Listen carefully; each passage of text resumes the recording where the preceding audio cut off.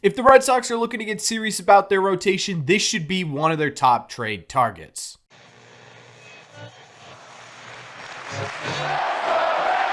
What is going on, everybody? Welcome back to Red Seat Radio. My name is Corbin, and man, what a crappy, rainy, miserable series the Red Sox just played against the Chicago White Sox. There really honestly isn't a whole lot to pull out of this series to talk about in a video, so instead what I figured we would do is start our series talking about the biggest trade targets for the Red Sox headed into the 2024 offseason. And today we are starting this series with my personal favorite and number one Red Sox trade target. This is a pitcher who not only could come into this rotation and check off every single box we've talked about the Red Sox needing, but he's a guy with a ton of potential as well. So what we're going to do in today's video is we're going to break this guy down. We're going to talk about what he's done so far in the majors. We're going to break down all of his underlying stats and why he's my personal favorite trade target. We're also going to be talking about obviously what it would take for the Red Sox to trade for this guy, and we're going to be talking about whether or not this is even a possibility, whether or not he could even be on the table. But before we get into that, do me a favor,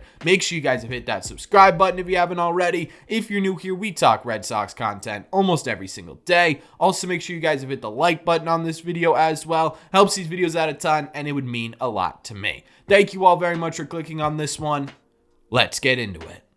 The player we are talking about today and my personal number one trade target for the Boston Red Sox is Edward Cabrera from the Miami Marlins. Now, Cabrera has spent about 3-ish seasons with the Miami Marlins. Only one of those is really a full season, but overall in his career so far, he is a .399 ERA in just 42 games with a much higher 4.80 FIP, which is almost about a run higher, and we'll talk about why in a second. He also has a 108 ERA plus. So far, again, in 42 games and essentially one full year of major league pitching with 2 partial years on top of that, he's about 8% better than the average pitcher in Major League Baseball. Now, like I mentioned, 2023 was his first full year in the league, and during this season, he currently has, and will probably end up having, I'm not sure if he'll get another start in or not, a 4.22 ERA with a bit higher 4.45 FIP, but nothing as crazy as the 1+ FIP on his career numbers, and a 107 ERA plus in 21 games, 19 of those being starts. So again, when we're looking at Edward Cabrera, his statistics baseline don't really jump off the page at you. If he had those statistics on the Boston Red Sox, you're probably looking at a number 3, possibly, or more realistically, a number 4 or a number 5. So you may be sitting there thinking to yourself, Corbin,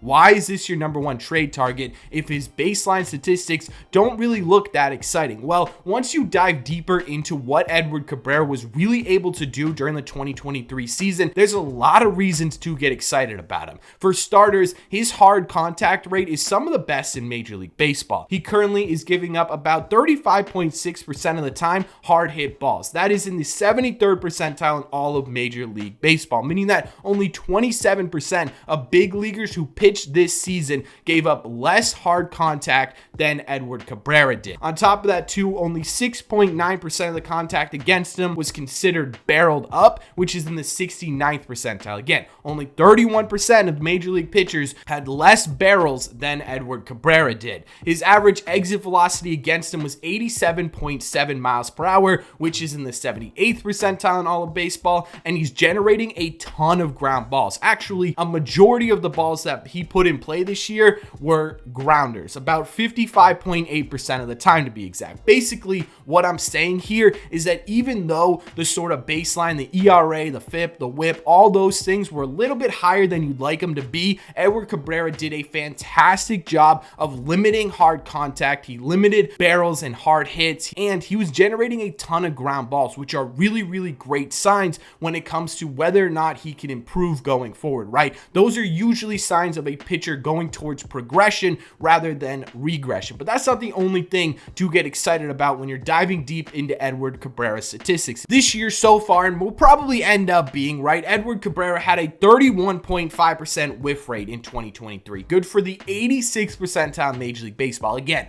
only 14% of big leaguers had a higher whiff rate than Edward Cabrera did. He also had a 30.7 chase rate, which is in the 72nd percentile. Basically, that's what percentage of your pitches outside of the zone you You're getting players to swing at, which is a really great percentage. And his strikeout rate was 27.7% of the time, which is, again, the 79th percentile in all of Major League Baseball. His strikeouts per 9 this year were 10.8. So if you combine those two sort of deep dive statistics, basically what this year was telling you is that Edward Cabrera could be an absolute dominant pitcher if he continues to progress this way, because what you're getting from Edward Cabrera this year was maybe not the most successful ERA, but you were getting a ton of weak contact, you were keeping hitters off balance and generating a lot of ground balls, leading to double plays, leading to ground outs, leading to missed opportunities by the people in the batter's box. And on top of that too, he was missing a ton of bats, right? He was striking a ton of guys out, and what that could lead to is a lot of outs on the mound from Edward Cabrera, which is a really exciting thing. Right now, there is something of concern from Edward Cabrera, and it's a kind of a big thing, right? It is his walk rate. Edward Cabrera's command is certainly not fantastic, and he was actually optioned to AAA to work on this command a little bit during the 2023 season. Currently, he's got a really high walk rate of 15.2%, which is in the second percentile in all of Major League Baseball. Again,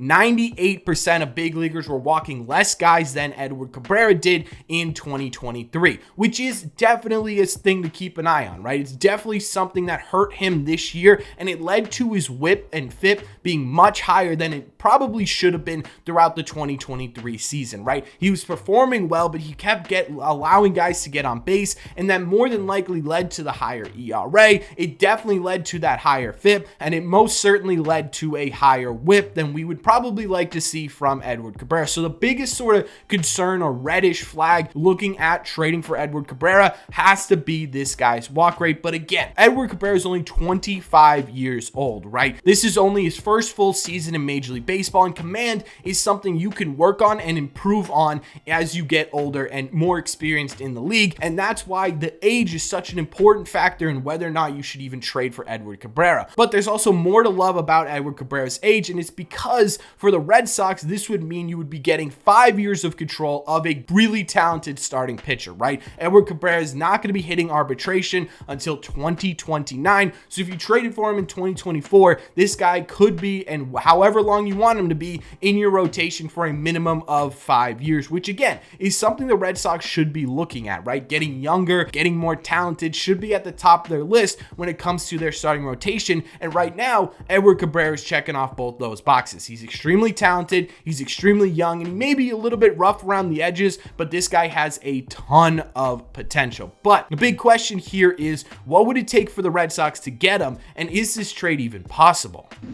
Well, when it comes to the possibility of this even being likely, it's actually kind of big, right? And it's because we already know that the Red Sox and the Marlins have been in talks to trade Edward Cabrera to the Red Sox, right? At the MLB deadline this year, we found out that the Marlins had been offering Edward Cabrera to the Red Sox for Justin Turner. Now, at the time, it does make sense that this deal fell through a little bit, right? Justin Turner has been the heart and soul of the Red Sox lineup in 2023. They weren't far out of a wild card spot at the time. It makes sense for the Red Sox to be hesitant for trading Justin Turner. The Marlins ended up with pitching rotational injuries, so that worked out on their end. But what we do know from this deal, aside from whether or not you would have taken it, is that Edward Cabrera is a possibility to be traded going into 2024. And that makes sense because the Marlins have a wealth of pitching prospects and pitching arms in their rotation that are really high level guys. What this means for the Red Sox is a trade for Edward Cabrera probably won't revolve around another pitcher. You're probably going to be looking at positional talent, specifically that of which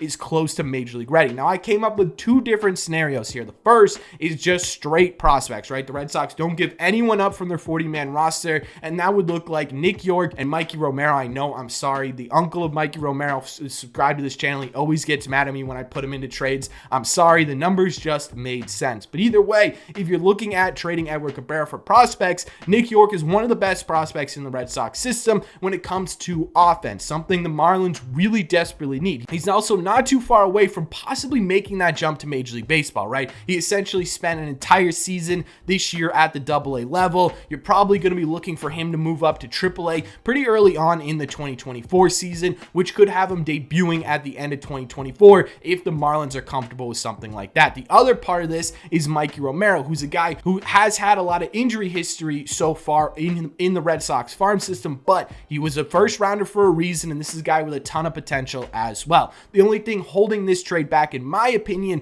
is that right now the Marlins have a lot of infield depth, right? Luis Arraez is currently manning second base, and obviously you're taking Arraez over Nick York right now, so that could be something that log jams this deal a little bit, which is why I came up with a second one. Now, this one is more so centered around major league talent, and that is out the last year of Alex Verdugo, John Schreiber, which it would suck to lose, but the numbers did make sense, and then Luis Perales. Now, when it comes to Verdugo, right, if the Marlins are looking for a guy who can continuously be a sort of steady rock in your lineup and be a guy who's going to come in and immediately make an impact, Alex Verdugo could be the exact person they're looking for. They are also a little bit of a pitching lab there down in Miami. They could take on John Schreiber and try and get him back what he was in 22 and really try and make him a staple in that bullpen. And then you throw in Luis Perales just to sort of even out this deal a little bit and also give them something that they could look forward to over the next few years. This is a guy who's got a ton of talent in the starting position, and personally one of my favorite prospects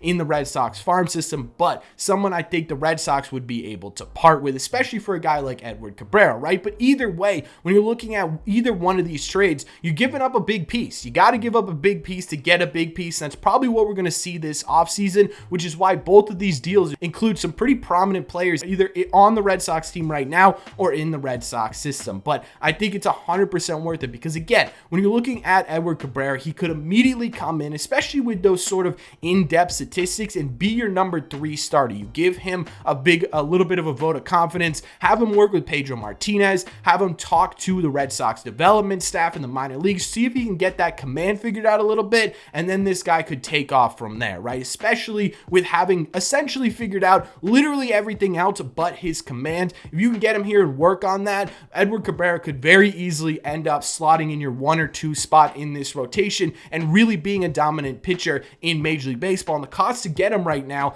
is not very high. This is a guy that I would absolutely love to have on the Boston Red Sox, and I'm willing to give up a lot to get Edward Cabrera here, but that's just my opinion. So let me know in the comment section down below. 1, what do you think of Edward Cabrera, the pitcher? 2, what do you think of a package to get him here? Was it one of the ones that I offered, or would you do something else? And 3, what do you think the possibility of this happening is? Do you think the Red Sox take another look at him this offseason after saying no to him at the deadline? Do you think this is a guy the Red Sox move off of? What do you think of the Red Sox possibility for trading for Edward Cabrera? Let me know all your thoughts in the comment section down below. As always, if you made it to the end of this video, do me a favor, make sure you guys hit that subscribe button if you haven't already. If you're new here, we talk Red Sox content almost every single day. Also, make sure you guys hit the like button on this video as well. Helps these videos out a ton, and it would mean a lot to me. Thank you all very much for clicking on this one, and I will see you in the red seats.